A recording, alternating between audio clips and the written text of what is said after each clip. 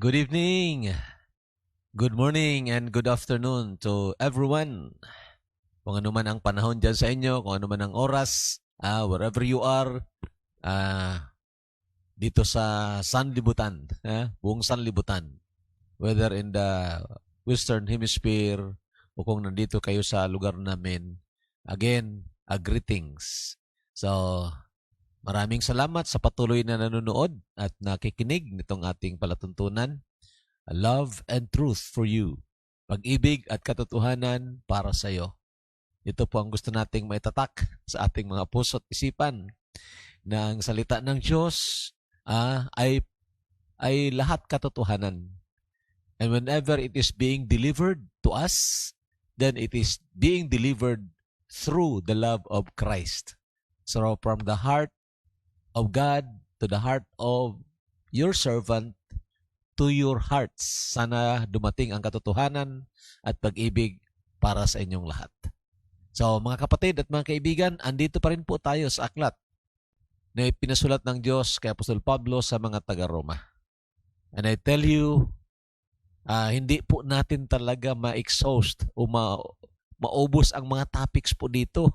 Grabe po ito mga kapatid. In fact, we have only scratched the surface. But then, I believe, katulad ko na nag-aaral din ito, I believe na na-bless po kayo. Kaya purihin ang Panginoon. Andito na po tayo sa last part ng tinatawag doctrinal part. Last portion of the doctrinal part. Ito na nga na chapter 11. Ang first 8 chapters, kung naalala po ninyo, ay nagtuturo po ito ng kaligtasan. Hindi lang kaligtasan from the penalty of sins. Kasi si Jesus Christ na ang nagbayad ng ating kasalanan. He died for our sins. Kundi maging yung kaligtasan o deliverance from the power of sin. Because we died also with Christ. So Romans chapter 1 to 8, napakaganda po yun. And then nagdumako po tayo dito sa chapter 9, 10, and 11. Ito naman ang tinatawag dispensational chapters. Ang ibig sabihin, ito ay dinidiscuss po dito ang lahi ng mga Israelites na kung saan sila ang ginamit ng Panginoon para maging tao ang Kristo. So, chapter 9 na paliwanag na po natin yon ang tungkol sa election dyan. And then chapter 10, ang desire ni Pablo na sila ay mga ligtas dahil sila ay malapit nga sa Diyos according to election. And then chapter 11, ipinapaalam din sa atin na though they were rejected for a while, partially, they are not rejected forever. At yun nga, there will be a coming restoration of the tribe of Israel. So, tulungan tayo ng Panginoon mga kapatid na dito sa last part ng ating pag-aaral ay dalhin tayo ng Panginoon diyan sa paghanga sa Kanya. Dalhin tayo ng Panginoon diyan sa threshold of His glory. And then, our hearts will be lifted up, worshiping, praising, and thanking Him. That's the design of all the truths that God is giving us. So tonight, mga kapatid, our message is the depth of God's riches. Ang kalaliman ng mga kayamanan ng Diyos. Ano nga kaya ito? Kalaliman ng mga kayamanan ng Diyos. Whenever we hear the word riches, agad-agad ang pumapasok sa atin maraming pera.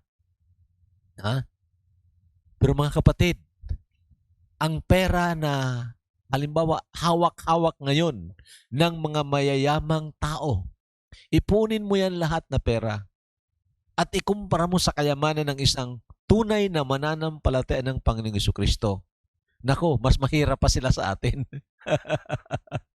Ang isang tunay na mananampalataya ng Panginoong Jesucristo ay mayaman ayon sa kayamanan ng Diyos.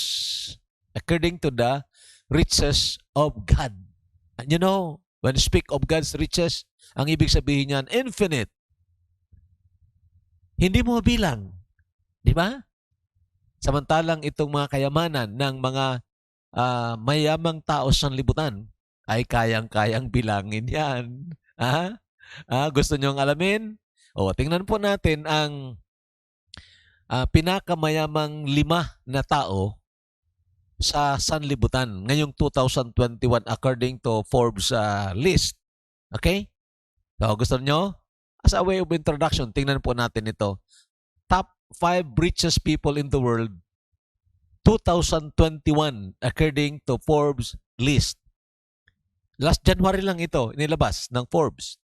Sino ang pinaka number 1? Alam ba ninyo? Kilala ninyo? Ito po, si Jeff Bezos of Amazon or Amazon. Ito si Jeff Bezos. Ano ang kanyang property? Nagkakahalaga ng 189.7 billions. Dollar yun, mga kapatid. Dollars yun. I-multiply mo yan ng 50 pesos. Ilang billion yan in pesos. Di ba? So, ganyan po kayaman si Jeff Bezos of Amazon.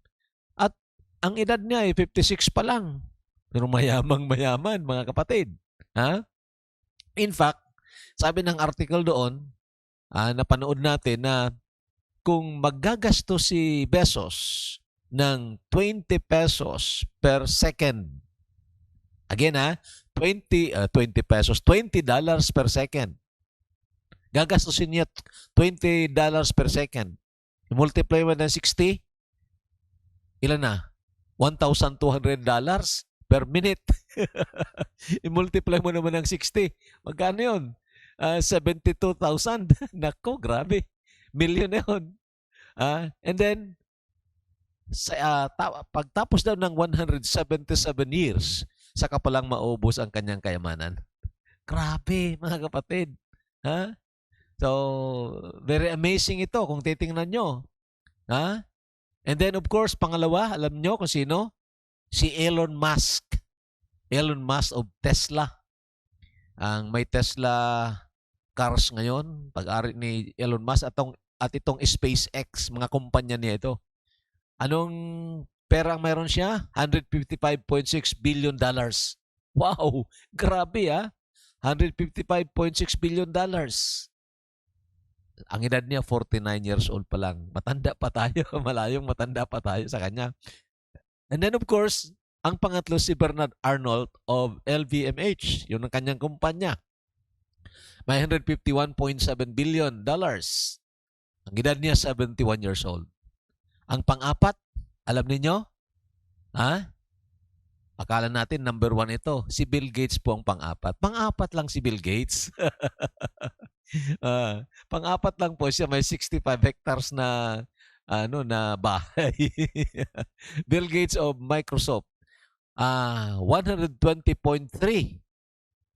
billion. Ang edad niya 65. Kaedad natin. And then ang panglima, si Mark Zuckerberg of Facebook. 100.3 billions. Ang pinakabata. Siya po ang pinakabatang mayaman or bilyonaryo. 36 years old lang po siya. Ngayon, kung titingnan nyo ito, tipunin natin pati ng lahat ng mga mayayaman sa buong sanlibutan. Tipunin natin ang kanilang pera. Ikumpara natin ang kanilang kayamanan sa isang ordinaryong mananampalataya.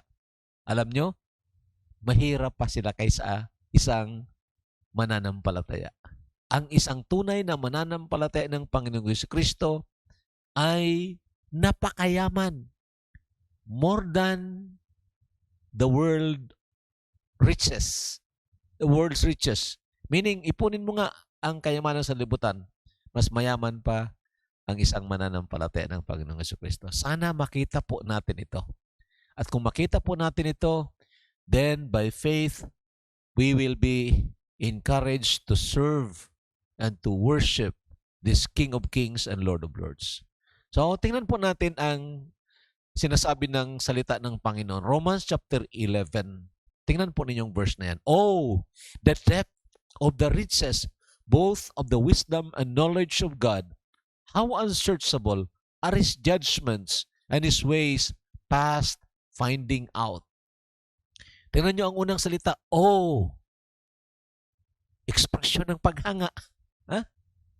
So, matapos ipaliwanag ni Apostol Pablo ang mga katotohanan from Romans chapter 1 hanggang Romans chapter 11, nang malapit na siyang magtapos dito, especially as he deals with the wisdom of God in dealing with the Israelites and with the Gentiles, then ito ang kanyang sinabi, "Oh, the depth of the riches, both of the wisdom and knowledge." Hindi lang mayaman, hindi lang malalim ang kayamanan, malalim din ang karunungan at malalim din ang kaalaman ng Diyos. How unsearchable are His judgments and His ways past finding out. It ended with an exclamation point. Ibig sabihin, talagang expression of great joy and worship sa Panginoon. And then verse 34 and 35, "For who has known the mind of the Lord, or has become His counselor, or who has first given to Him, and it shall be repaid to Him?" Oo nga naman. Sino ang unang nagbigay sa Diyos? May nagbigay ba sa Diyos? Tayo ba ay giver? O kung ang Diyos lang ang giver? Di ba? And then sabi ng verse 36, "For of Him, and through Him, and to Him are all things, to whom be glory forever. Amen." Tingnan po natin mga kapatid itong tungkol sa kalaliman. 3 things about the word depths, kalaliman. Now, I've listened sa ilang preachers na nag-expound dito, and I took one of the descriptions nitong depths from John Piper ng Desiring God. These are good preachers. At sabi na dito, it means hiddenness. Ang pagka-tinago, nakatago. And of course, in theology, that is inscrutableness. Hindi mo kayang matagpuan at hindi mo kayang maunawaan to the absolute knowing and to the exhaustible knowing. Inscrutableness. Hiddenness. And then of course, the other one is reality. Meaning, ang kalaliman na yan, bagamat hindi natin kayang arukin, hindi natin kayang alamin, ang kalaliman na yan kahit na hindi natin kayang makita.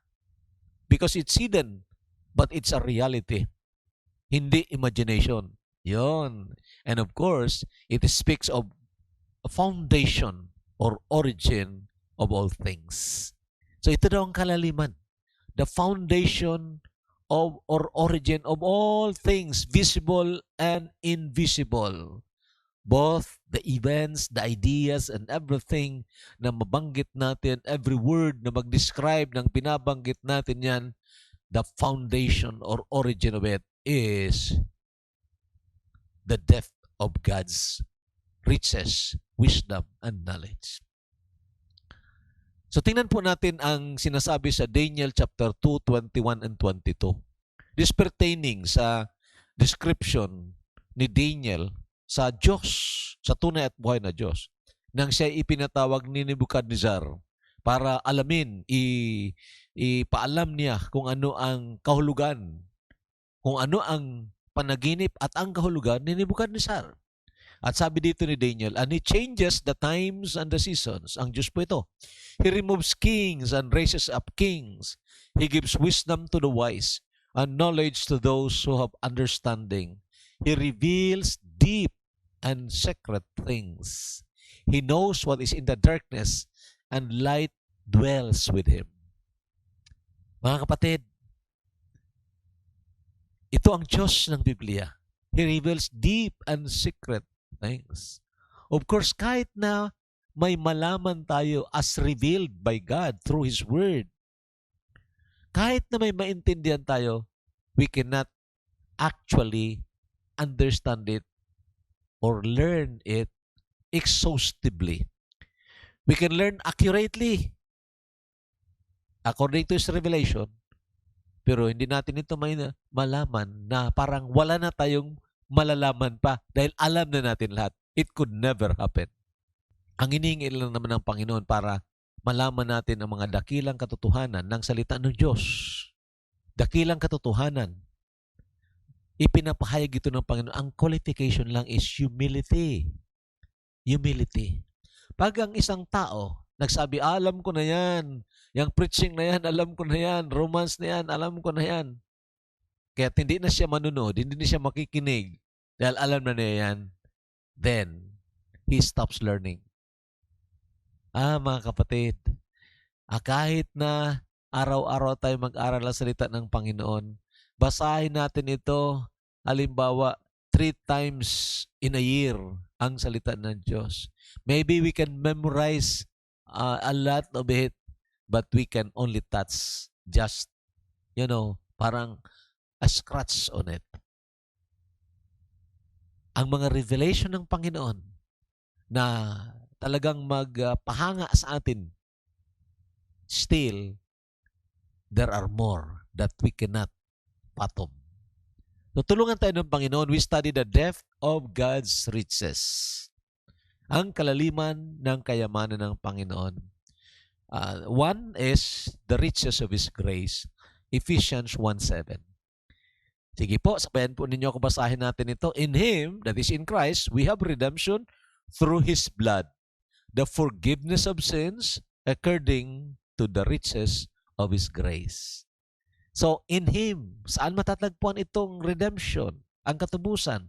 Saan matatagpuan itong forgiveness of sins? Diyan kay Kristo. Hindi sa relihiyon. Hindi sa kung anong magagawa ng tao. In Him.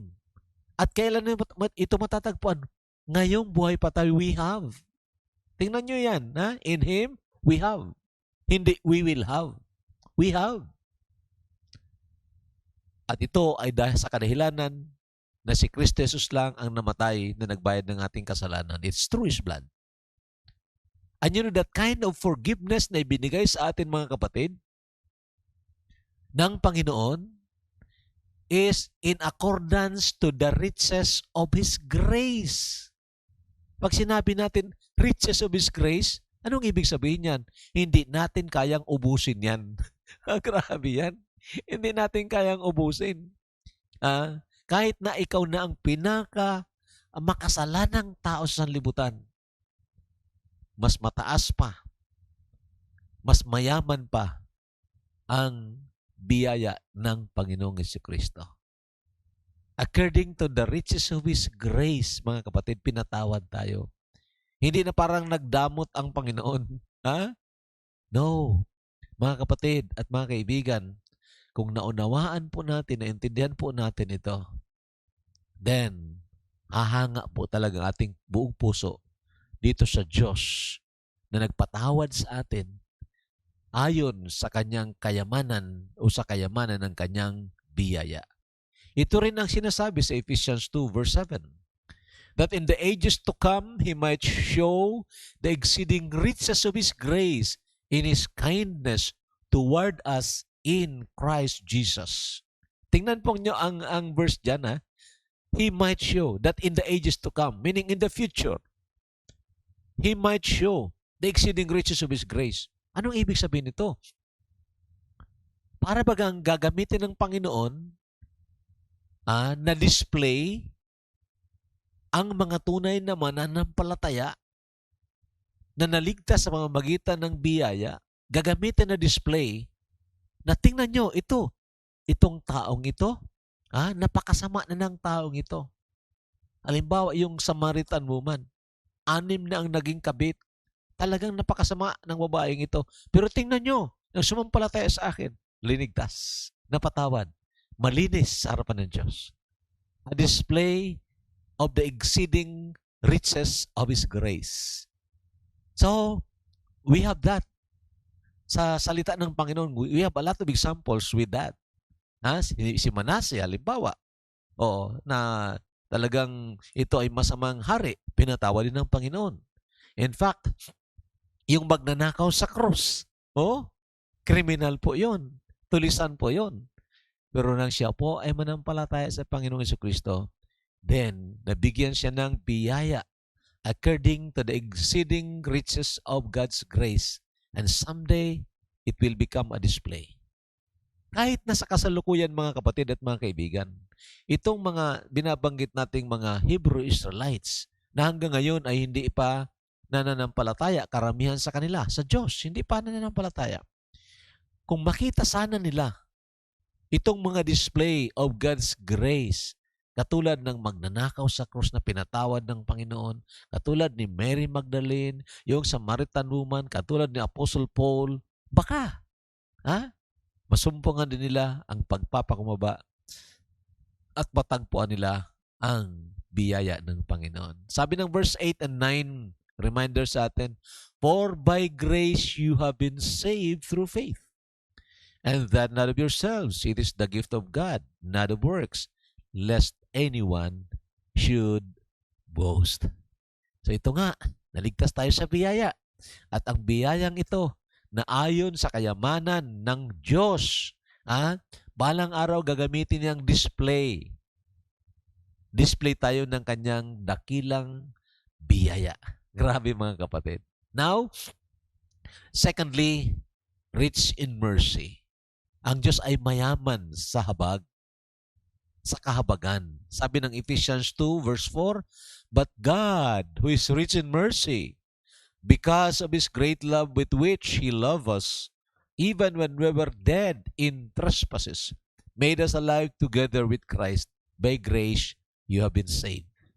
Ang previous 3 verses, mga kapatid, ng Ephesians chapter 2, dinidescribe doon ang nakakahabag na katayuan ng tao. Woeful condition of mankind. Patay sa kasalanan. Hawak ng diablo. Alipin ng diablo. Grabe. Tapos defiled. Doomed to hell. Iyon ang kalagayan natin. But God who is rich in mercy. Grabe ang Diyos na ito mga kapatid. Ang mercy ng Panginoon ay parang ganito. Hinawakan niya ang pamalo na sana dapat ibagsak sa iyo at ibagsak sa akin bilang kaparusahan dahil sa ating mga kasalanan. Hinawakan na yun, pinigilan niya yun. Sa halip, ang ibinigay sa atin, biyaya. So yung pamalo, hindi tumama sa atin. Kanino yung tumama? Sa Panginoong Jesucristo. At yan, mga kapatid, ang ekspresyon na ang Diyos ay mayaman sa kahabagan. Kumusta po? Natikman mo na ba ang habag ng Diyos? Are you enjoying it every day? Because the mercy of the Lord is new every morning. Pagkagising natin ng umaga, naaalala ba kaya natin? Nabuhay tayo, hindi dahil mas magaling tayo, mas mabait tayo kaysa ibang mga tao. Hindi. Kundi araw-araw, sariwa po ang habag ng Diyos. Dapat ang unang lalabas sa ating mga bibig. Pagkagising po natin, ang unang lalabas, sabihin natin, "Oh God, thank you. You are rich in mercy. Buhay ako ngayon because your mercy is new every morning." Mga kapatid, subukan po ninyo yan. It is very liberating if we, learn, taste, and express God's mercy na natikman po natin. Okay? And then, of course, thirdly is the riches of His glory. Ephesians 1:18. Prayer ito ni Apostol Pablo, mga kapatid, sa mga mananampalataya. Nasabi niya na ang mata ng inyong pakaintindi, the eyes of your understanding, being enlightened, mailawan yon, upang malaman ninyo kung ano ang pag-asa ng kanyang pagkatinawag sa inyo at kung ano ang mga kayamanan ng kanyang kalwalatian diyan sa pamanan niya sa mga banal. Wow, grabe. Sana mabuksan nga talaga ang ating spiritual na mga mata. Na hindi po, mga kapatid, mahirap ang mga tunay na mananampalataya. Huwag tayong mainggit kay Bezos. Multi-billionaire lang siya, pera.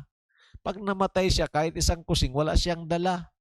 Kung hindi siya pinatawad ng Panginoon, naku, mahirap pa siya kaysa daga compared to us. Huwag kayong mainggit kay Bezos. Huwag kayong mainggit kay Elon Musk. O kay Arnold, o kaya kay Bill Gates. Huwag kang mainggit dyan. Ang kayamanan nila, kahit na ipunin mo yan, mas mayaman pa po tayo. Dapat lang nakita po natin yan. Okay? The riches of the glory of His inheritance in the saints. Ephesians 3:16. Sige po, basahin po natin. That He would grant you, according to the riches of His glory, to be strengthened with might through His Spirit in the inner man. Again, if you read the context, prayer pa rin ito ni Apostol Pablo sa mga mananampalataya. At nakaluhod siya dito na nananalangin, sabi niya, bow my knees. At ang prayer niya na tayo na mga mananampalataya ay mapalakas in the inner man. Yung spirit natin, hindi yung kaluluwa. Ang spirit natin, mapalakas yun. And of course, we have, discussed this already. Mapalakas ito. Ang pakikipagniig natin sa banal na spirito, witnessing in our spirit.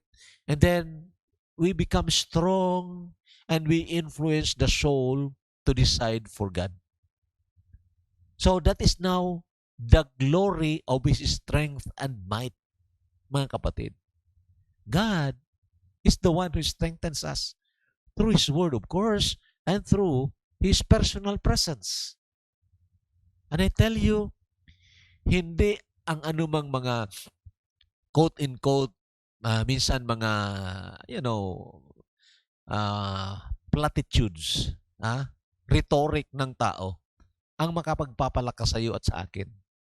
Hindi yung tap on the shoulder per se. Now, we need that from time to time.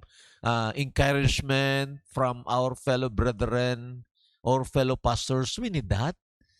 But in the absence of human comforts, mga kapatid, I assure you, there is that great comfort from God and there is that strengthening from God. He is, or He has that strength according to the riches of His glory. Dapat na napalakas po tayo. And there is another verse, Philippians 4:19, I call it the glory of His infinite provisions. Nang isulat ito ni Apostol Pablo sa mga taga-Pilipay, nasa kulungan po siya. Alam naman niyo pag nasa kulungan ang tao, At itong nasa kulungan na si Apostol Pablo, siya pang nag-i-encourage dito sa mga nasa labas ng kulungan, sa mga hindi nabilanggo. In fact, sinasabi ni Pablo, rejoice in the Lord always. And again, I say rejoice. Philippians 4, verse 5 or verse 6. Rejoice in the Lord always. And then, pag dating mo sa verse 10, sabi na, I greatly rejoice in the Lord. Meaning siya mismo, nag-enjoy din sa Panginoon. And now, nag-visit sa kanya ang isa sa mga pinadala ng Philippian Church, Epaphroditus, at nagdala ng gift, at nagalak si Pablo. Pero sabi ni Pablo, it's not because of the gift per se, but it is because of the expression of your love. Grabe, no? Meaning it's beyond that material thing. And then, he uttered this prayer, and my God shall supply all your need. Anong lahat mo ng kailangan? Anong kailangan mo? Ano talagang kailangan natin? Sabi dito, all your need, and it speaks material, physical, social, and everything that we need. At ang reservoir niyan, according to His riches in glory, by Christ Jesus. Hindi tayo dapat, mga kapatid, na parang discouraged at parang nagtatampo na sa Panginoon dahil ito, may crisis na. Ang medyo ina-advise ko sa mga taong ganyan, alam niyo, magtanim po kayo. Ako nga po, nagpaplano. I'm having a project by the grace of the Lord. Nag-iipon ako, iipon ng pera at nag-iipon ng mga materyales para sa gagawa ko ng isang model ng anong tawag dito? Hydroponics. Hydroponics. Na kahit na sa bahay lang, sa gilid ng bahay, ay pwede tayo kagawa ng garden. Anyway, what I'm saying mga kapatid is, our God is able to supply us from His infinite glory of riches or riches in glory. Glory of His infinite provisions. Huwag po tayong mag-alala, mga kapatid. Okay, let us trust the Lord. In Romans 9:23, sabi dito, "And that He might make known the riches of His glory on the vessels of mercy, which He had prepared beforehand for glory." May I say that it is also the glory of being useful to the Lord. Because we become vessels of mercy. Ha? Sana yun nga po, na maging daanan po tayo ng habag ng Panginoon para sa ibang tao.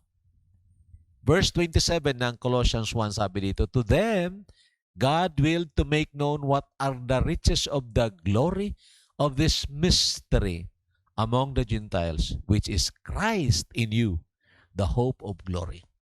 I believe this is the summation of all the riches of Christ. Yes, we have forgiveness. Riches po, may kayamanan po, redemption. Yes, we have provisions. Yes, we have the strength and the might na ibinibigay ng Panginoon. But you know, mga kapatid, ipunin mo lahat ng mga bagay na ito.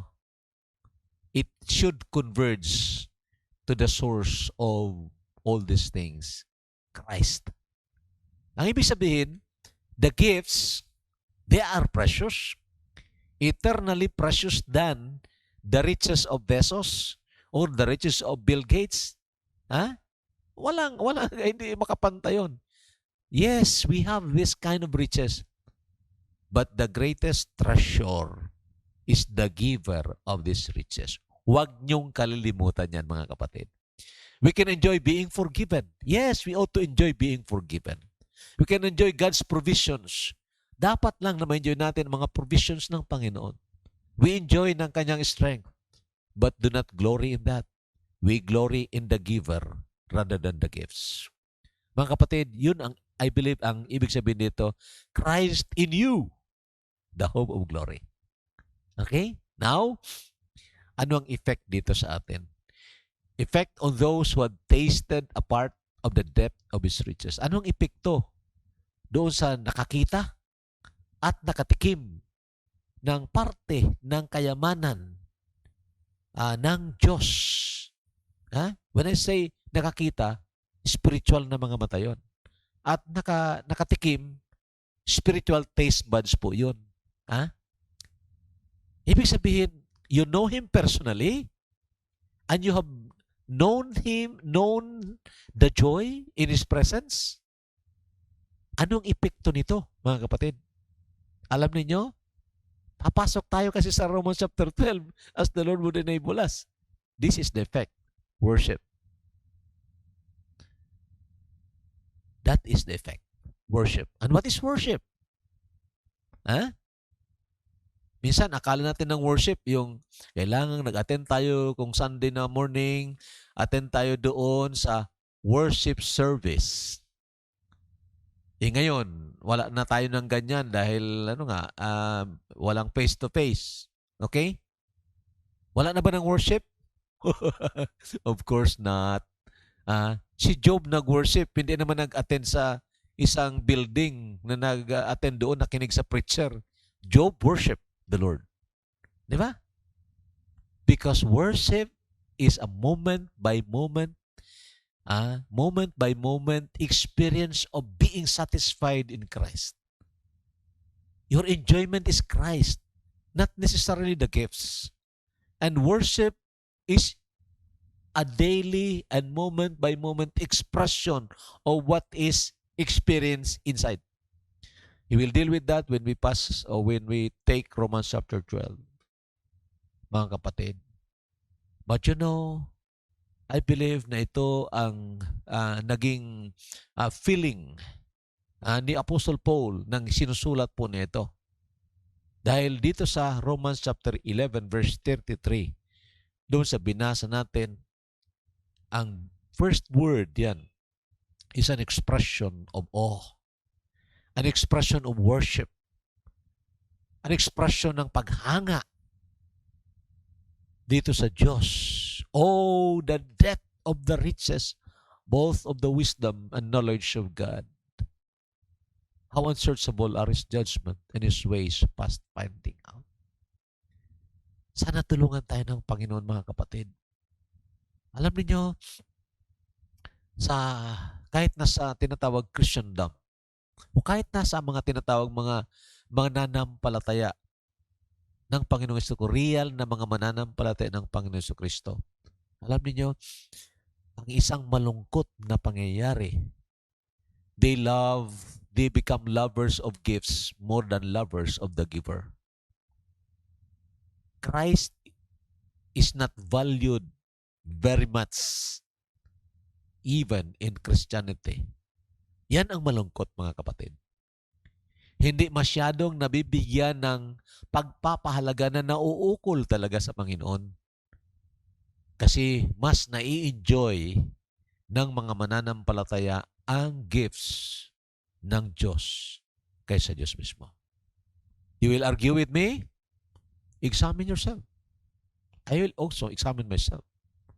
Right? At makikita po natin, totoo po yan. Kaya nga, dapat na itong mga doktrina, mga katuruan na ipinapahayag sa atin ng salita ng Diyos, it must not end there. Hindi dapat tumigil dyan. Doctrines are good. We need sound doctrine. Kailangan natin ang mga tamang doktrina.